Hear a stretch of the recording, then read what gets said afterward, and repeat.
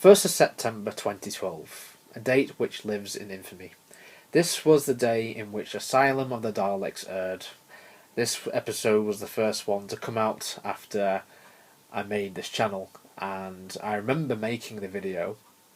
I remember using Windows Movie Maker at the time and having to deal with the god-awful audio quality that we used for that video back then, and I remember having no experience of reviewing a brand new episode because this was the first time that I ever reviewed an episode of Doctor Who on this channel, and I gave it a glowing review. I gave it a 9 out of 10.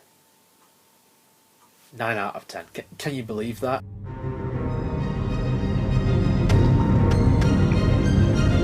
With better quality video.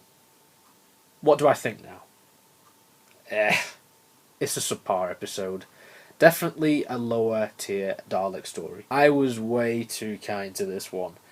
This episode is just an incoherent mess. The best thing I can say about it is the acting. Everything else, just nah. Nah. This episode was fan wank. The promotional material was hyping this up as the ultimate Dalek story. I remember Doctor Who magazine and other people hyping this up due to all of the different type of Daleks from different eras appearing in this. And the reality was, we got a handful from the past, along with the Paradigm ones, and a gazillion of the bronze ones thrown in. You know, the same old design which has been used ever since the show came back in 2005. It's still used even now, 15 years later. Honestly, love the concept, but the execution is just nah. The episode opens with Skaro, which has supposedly been rebuilt after Sylvester McCoy committed genocide on the Pepperpot pricks. No explanation how. It was just rebuilt because, I don't know.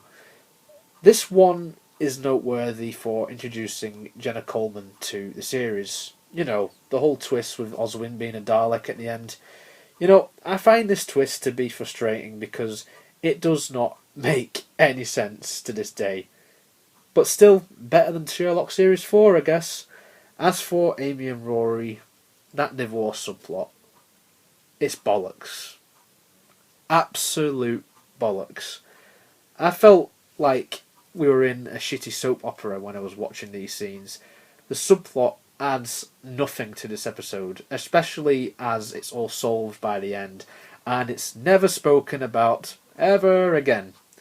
Moffat must have really had a brain fart when he was trying to come up with what to do with Amy and Rory in this one.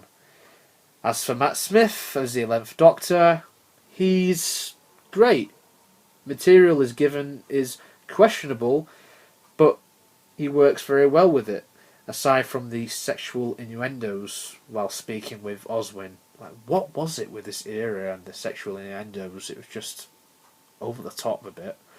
Visually, the episode is striking, with scenery like the Parliament, the snowy area, and the asylum itself, but it pales in comparison to many other Dalek stories which came before with their striking imagery. Give me Daleks on Westminster Bridge or on a war-torn Skaro any day. Aspects of this are enjoyable when you eliminate any prior knowledge to Dalek lore, that is.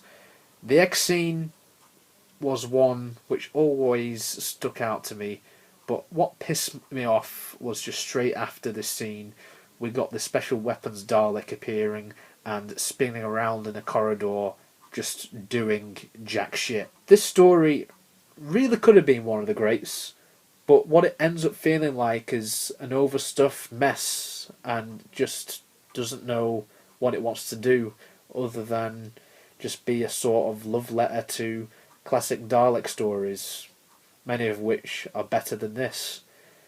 I do not really put scores at the end of my reviews these days.